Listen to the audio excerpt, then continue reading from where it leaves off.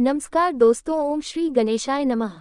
राधे राधे। जय माँ लक्ष्मी। आज दीपावली का पावन पर्व है और यह पर्व आप सभी के घरों में असीम खुशियाँ, सुख, समृद्धि और सौभाग्य लेकर आए। इसी मंगल कामना के साथ आप सभी को दीपावली की हार्दिक शुभकामनाएं। इस शुभ अवसर पर आइए हम सब मिलकर सुनते हैं दीपावली के दिन सुनी जाने वाली पावन कथाएं, जिन्हें श्रवण करने से घर में माँ लक्ष्मी जी का स्थायी वास होता है। और माँ लक्ष्मी जी की कथा से पहले हम सब करेंगे श्री भगवान गणेश जी की पावन कथा का श्रवण, क्योंकि बिना विघ्नहर्ता गणेश जी के स्मरण के तो कोई भी शुभ कार्य पूर्ण नहीं होता। तो सभी प्रेम से बोलिए विघ्नहर्ता भगवान गणेश जी की जय। एक बार एक नगर में एक मालिन रहती थी। उसके पति का स्वर्गवास हो चुका था। उसका एक 4 साल का पुत्र था। उसकी सास बड़े कठोर हृदय की स्त्री थी। वह अपनी बहू को बहुत परेशान करती थी। एक दिन सास ने अपनी बहू और पोते को घर से निकाल दिया। वे दोनों रोते हुए चलते चलते एक जंगल में जा पहुंचे। वहां एक बड़े पेड़ के नीचे बैठ गए। वहां से थोड़ी ही दूर पर गणेश जी का एक मंदिर था। वहां पर लोग गणेश जी के दर्शन करने आते थे। दर्शन करके गणेश जी को प्रसाद चढ़ाते थे। फिर वो प्रसाद सबको बांट देते थे। इसी प्रसाद से माँ बेटे का गुजारा होने लगा। अब दोनों गणेश जी की पूजा पाठ में लग गए। एक दिन उन्होंने सोचा क्यों ना हम भी जंगल से फूल लाकर बेचे। अब वे रोज जंगल से फूल लाकर उसकी माला बनाकर बेचने लगे। साथ में पूजा की सामग्री और प्रसाद भी बेचने लगे। इससे उनको आमदनी होने लगी। गणेश जी की कृपा से उनकी आमदनी बढ़ने लगी। जल्दी उन्होंने मकान और एक दुकान भी बना लिया। एक राजा की लड़की मंदिर में रोज पूजा करने आया करती। मालिन के बेटे को देखकर राजकुमारी उस पर मोहित हो गई और उससे विवाह करने का सोचा। उसने अपनी भाभी से अपने मन की बात कही। भाभी अनुभवी थी। उसने कहा, ये तो मालिन का बेटा है और तुम एक राजा की बेटी हो। अगर तुमने उससे विवाह किया तब तो तुम्हारी बड़ी बेइज्जती होगी। लेकिन राजकुमारी अपनी बात पर अड़ी रही। उसने कहा, भाभी मैंने तो प्रतिज्ञा कर ली है कि मैं उसी से विवाह करूंगी। अब भाभी ने घर जाकर सारी बात राजा को बता दी। राजा ने मना नहीं किया और इस विवाह के लिए तैयार हो गए। फिर उन्होंने बड़ी धूमधाम से अपनी बेटी का विवाह मालिन के बेटे के साथ कर दिया। मालिन ने सबसे पहले बेटी बहू को गणेश जी के मंदिर में ले जाकर पूजा पाठ करवाया और गणेश जी का आशीर्वाद दिलवाया। इसके बाद पूरे नगर में यह बात फैल गई कि गणेश जी की पूजा करने से सब दुख कष्ट दूर हो जाते हैं। ये बात सुनते ही अब तो नगर के सभी लोग उस मंदिर में आने लगे। मालिन और उसके बेटे की बिक्री और भी बढ़ गई। उधर उसकी सास के बुरे दिन आ गए। अन्नदाता उससे रूठ गए। अब वह भूखों मरने लगी। एक दिन रोती धोती वह भी गणेश जी के उसी मंदिर में आ पहुंची। पहुंचकर वह मालिन के बेटे से कहने लगी, मैं भूखी हूँ, मुझे रोटी कपड़ा दे दो, इसके बदले मैं तुम्हारा सारा काम कर दूंगी। लड़के को दया आ गई और उसे काम पर रख लिया। उसने अपनी दादी को नहीं पहचाना। जब मालिन घर पर आई तो उसने अपनी सास को पहचान लिया। तब वह सास से बोली, सासू जी आप यहाँ कैसे? सास ने पोते की तरफ इशारा करके कहा कि मेरी इस सेठ के यहाँ नौकरी लग गई है। बहू कहने लगी, माँ जी ये तो आपका पोता है और यह घर भी आपका ही है, ये दुकान भी आपकी ही है। जब आपने हमें घर से निकाला तब गणेश जी ने ही हमारी रक्षा की, हमारी सहायता की। बहू की बात सुनकर सास को बड़ा पश्चाताप हुआ। फिर बोली, मेरी करनी तो मैंने भोग ली। बहू बोली, सासू जी अब आप हमारे यहाँ रहो और अपने पोते का सुख देखो। हे गणेश जी महाराज, जैसा सुख आपने मालिन को दिया वैसा ही सबको देना। प्रेम से बोलिए विघ्नता भगवान गणेश जी की जय। दीपावली पूजन की कथा के अनुसार एक बार एक गांव में एक साहूकार था। उसकी बेटी प्रतिदिन पीपल पर जल चढ़ाने जाया करती थी। जिस पीपल के पेड़ पर वह जल चढ़ाती थी उसी पेड़ पर लक्ष्मी जी का वास था। एक दिन देवी लक्ष्मी जी ने साहूकार की बेटी से कहा, मैं तुम्हारी मित्र बनना चाहती हूँ। लड़की ने कहा कि मैं अपने पिता से पूछकर बताऊंगी। यह बात घर आकर साहूकार की बेटी ने अपने पिता को बताई तो पिता ने सुनते ही हाँ कर दी। अगले दिन जाते ही साहूकार की बेटी ने देवी लक्ष्मी जी की सहेली बनना स्वीकार कर लिया। अब वे दोनों अच्छे मित्रों की तरह आपस में वार्तालाप करने लगी। एक दिन लक्ष्मी जी साहूकार की बेटी को अपने घर पर ले गई। अपने घर में लक्ष्मी जी ने दिल खोलकर उसका स्वागत किया। उसकी खूब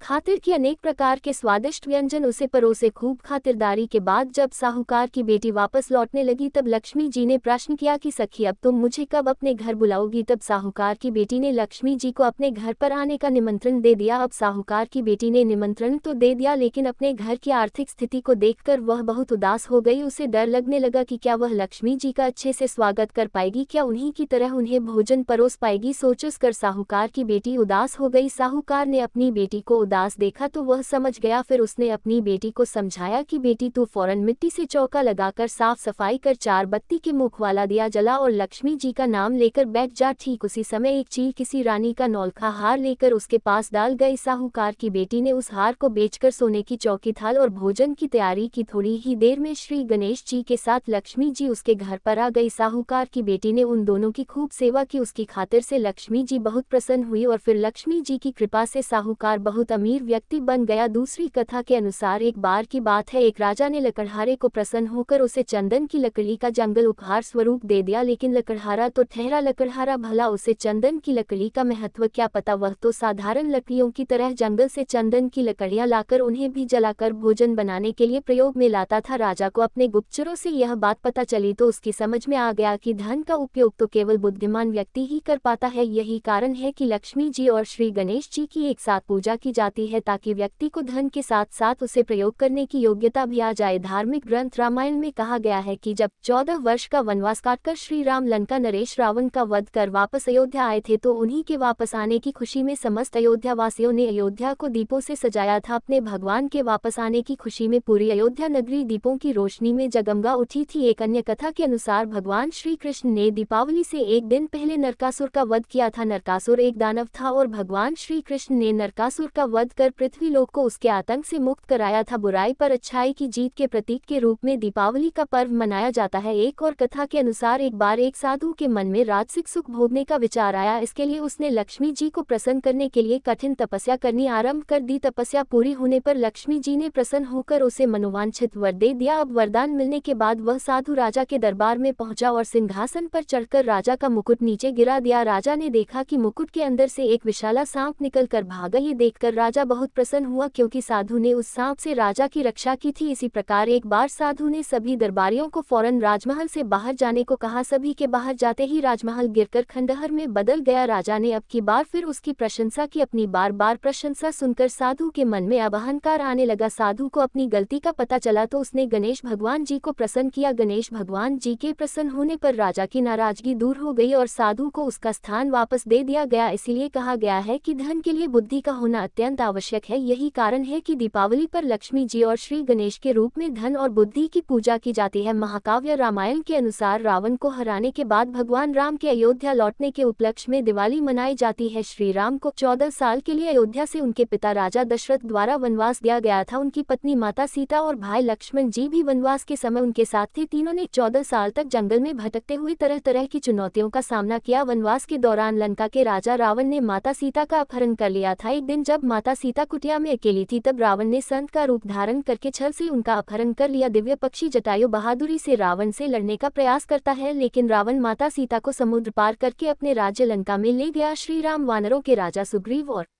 सेनापति हनुमान जी की मदद से लंका तक पहुंचने के लिए समुद्र पर पत्थरों का एक पुल बनाते हैं। पत्थरों को उछाल का वरदान प्राप्त है, इसलिए वे पानी में डूबते नहीं। एक लंबी लड़ाई के बाद श्री राम ने रावण को हराया और माता सीता को उसकी कैद से मुक्त कराया। जब उनका वनवास समाप्त हुआ तब श्री राम, सीता जी और लक्ष्मण जी अपने राज्य अयोध्या वापस लौट आए। अयोध्या के लोगों ने उनके स्वागत के लिए खूब दिए जलाए, अपने घरों को सजाया। भगवान राम की अयोध्या वापसी अच्छाई की जीत का प्रतीक है, इसलिए हम रोशनी का त्योहार दीपावली मनाते हैं। ये बुराई पर अच्छाई और अंधकार पर प्रकाश की जीत का प्रतीक है। अब सुनिए दीपावली की दूसरी कथा। एक बार की बात है, एक बूढ़े ब्राह्मण देवता थे। वह रोज पीपल को जल से सींचा करते। पीपल में से रोज एक लड़की निकला करती और कहती, पिताजी मैं आपके साथ चलूंगी। यह सुनते सुनते ब्राह्मण देवता दिन पर दिन कमजोर होने लगे। तो एक दिन ब्राह्मणी ने पूछा कि क्या बात है। बूढ़े ब्राह्मण ने कहा कि पीपल से एक लड़की निकलती है और कहती है कि वह भी मेरे साथ चलेगी। ब्राह्मणी बोली कि तो ठीक है, कल ले आना उस लड़की को। जहाँ 6 लड़कियां पहले से ही हमारे घर में है, वहाँ 7वीं लड़की और सही। और फिर अगले दिन बूढ़े ब्राह्मण देवता उस लड़की को अपने घर पर ले आए। घर लाने के बाद वह ब्राह्मण देवता गांव में आटा मांगने गए तो उन्हें पहले दिनों की अपेक्षा आज ज्यादा आटा मिला। जब ब्राह्मणी वह आटा छानने लगी तो लड़की ने कहा कि लाइए माँ जी, मैं आटा छान देती हूँ। जब वह लड़की आटा छानने बैठी तो परात भर गई। उसके बाद माँ खाना बनाने जाने लगी तो लड़की बोली, माँ जी आज रसोई में मैं जाऊंगी। तो ब्राह्मणी बोली, ना तेरे हाथ चल जाएंगी। लेकिन वह लड़की नहीं मानी और वह रसोई में खाना बनाने चली गई। तो उसने तरह तरह के 3600 व्यंजन झटपट बना डाले और आज तो सभी ने भरपेट भोजन किया। इससे पहले तो वह ब्राह्मण देवता और उनकी पत्नी और वे 6 लड़कियां भूखे ही रहा करते थे। रात हुई तो ब्राह्मणी का भाई आया और कहने लगा कि दीदी मैं तो भोजन करूंगा। ब्राह्मणी परेशान हो गई कि अब इनके लिए रात में भोजन कहाँ से लाएं। तो लड़की ने पूछा कि माँ जी क्या बात है, आप इतनी परेशान क्यों लग रही है। तो ब्राह्मणी ने कहा, क्या बताऊं बेटी, तेरा मामा आया है, वह कह रहा है कि भोजन करेगा, लेकिन भोजन तो हम सब ने कर लिया, अब उसके लिए मैं रोटियां कहाँ से लाऊंगी। लड़की बोली, माँ जी बस इतनी सी बात है, आप परेशान मत होइए, मैं बना दूंगी। ऐसा कहकर मैं रसोई में गई और मामा के लिए देखते ही देखते झटपट 3600 व्यंजन बना दिए। अब तो मामा ने भरपेट भोजन किया और कहा कि ऐसा भोजन इससे पहले उसने कभी नहीं किया है। ब्राह्मणी ने कहा कि भाई तेरी पावनी भांजी है, उसी ने बनाया है। शाम हुई तो लड़की बोली माँ चौका लगाकर चौके का दिया जला देना, आज मैं कोठे में सोऊंगी। ब्राह्मणी बोली ना बेटी तू तो डर जाएगी, वहाँ मत सोना। लेकिन लड़की बोली ना माँ जी मैं नहीं डरूंगी, मैं अंदर कोठे में ही सोऊंगी। कहकर वह रात होने पर कोठे में ही जाकर सो गई। आधी रात को वह लड़की उठी और चारों ओर आंख घुमाई तो देखा धन ही धन था। इसके बाद वह कोठे से बाहर जाने लगी तो वह ब्राह्मण देवता सो रहे थे। उन्होंने उसे जाते देखा तो पूछने लगे बेटी आधी रात को तू कहाँ चली? तो लड़की कहने लगी पिताजी मैं तो आपकी दरिद्रता दूर करने आई थी, अगर आपको दूर करवानी है तो करवा लो। अब लड़की ने बूढ़े ब्राह्मण देवता के घर में भी आंख से देखा तो चारों ओर धन ही धन हो गया और लड़की चली गई। सुबह सवेरे जब सब उठे तो लड़की को ना पाकर उसे ढूंढने लगे कि पावनी बेटी ना जाने कहाँ चली गई। तब ब्राह्मण देवता कहने लगे वो तो लक्ष्मी माता थी, जब तुम्हारे साथ मेरी दरिद्रता भी दूर कर गई है। लक्ष्मी माता जैसे आपने उनकी दरिद्रता दूर करी वैसे ही सबकी करना। इस कथा को कहते सुनते हुंकारा भरते सभी के घर धन के भंडार भरना। प्रेम से बोलिए लक्ष्मी माता की जय। लक्ष्मी माता की एक और अन्य कथा के अनुसार प्राचीन समय की बात है। एक गाँव में एक गरीब ब्राह्मण रहा करता था। वह नियमित रूप से श्री विष्णु भगवान का पूजन करता था। उसकी भक्ति से प्रसन्न होकर एक बार भगवान विष्णु ने उसे दर्शन दिए और मनोवांछित वर मांगने को कहा। तब ब्राह्मण ने लक्ष्मी जी का निवास अपने घर में हो ऐसी इच्छा प्रकट की, जिसे सुनकर भगवान विष्णु ने लक्ष्मी जी की प्राप्ति का मार्ग सरल ब्राह्मण देवता को बता दिया। भगवान विष्णु ने कहा कि देखो मंदिर के सामने एक स्त्री आती है जो यहाँ आकर रोज उपले थापती है, तुम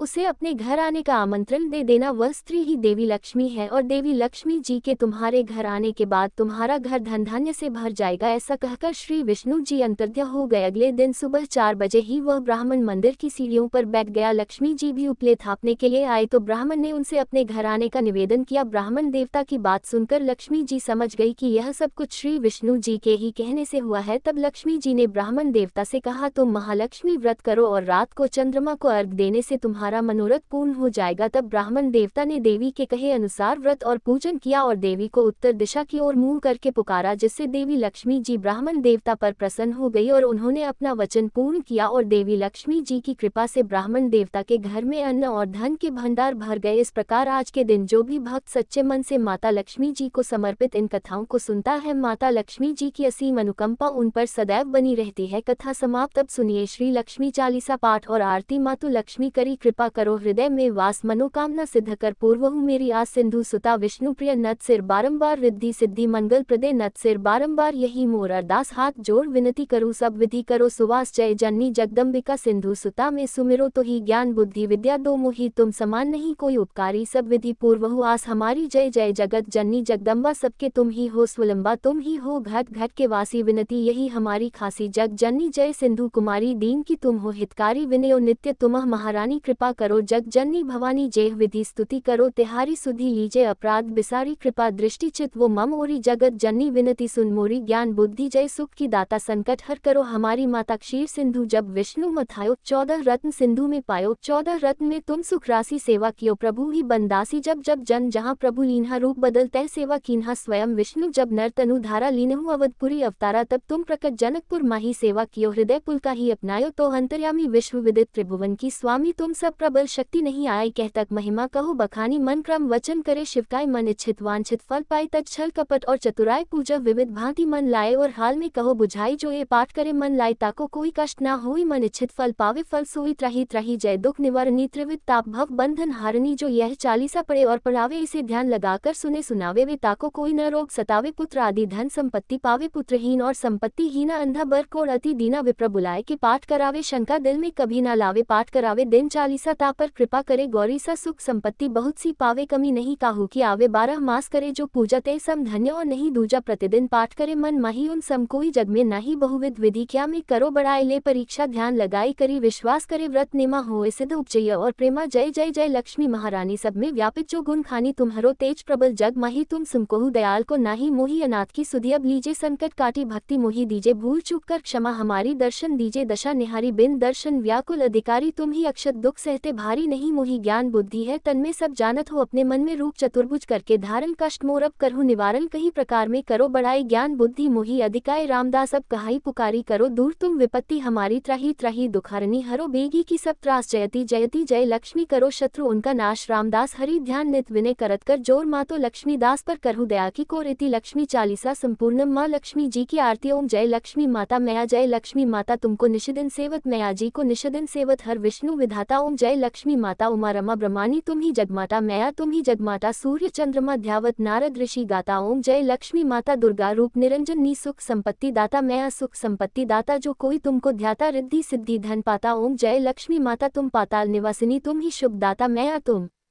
ही शुभ दाता कर्म प्रभा भाव प्रकाशनी भव निधि की त्रता ओम जय लक्ष्मी माता जिस घर तुम रहती सब सद्गुण आता मैया सब सद्गुण आता सब संभव हो जाता मन नहीं घबराता ओम जय लक्ष्मी माता तुम बिन यज्ञ ना होते वस्त्र ना कोई पाता मैया वस्त्र ना कोई पाता खानपान का वैभव सब तुमसे आता ओम जय लक्ष्मी माता शुभ गुण मंदिर सुंदर क्षीति जाता मैया क्षीति जाता रत्न चतुर्दश तुम बिन कोई नहीं पाता ओम जय लक्ष्मी माता महालक्ष्मी जी की आरती जो कोई नर गाता मैया जो कोई नर गाता और आनंद समाता पाप उतर जाता ओम जय जय लक्ष्मी माता ओम जय लक्ष्मी माता मैया जय लक्ष्मी माता तुमको निशिदिन सेवत हर विष्णु विधाता ओम जय लक्ष्मी माता मैया जय लक्ष्मी माता प्रेम से बोलिए लक्ष्मी मैया की जय है।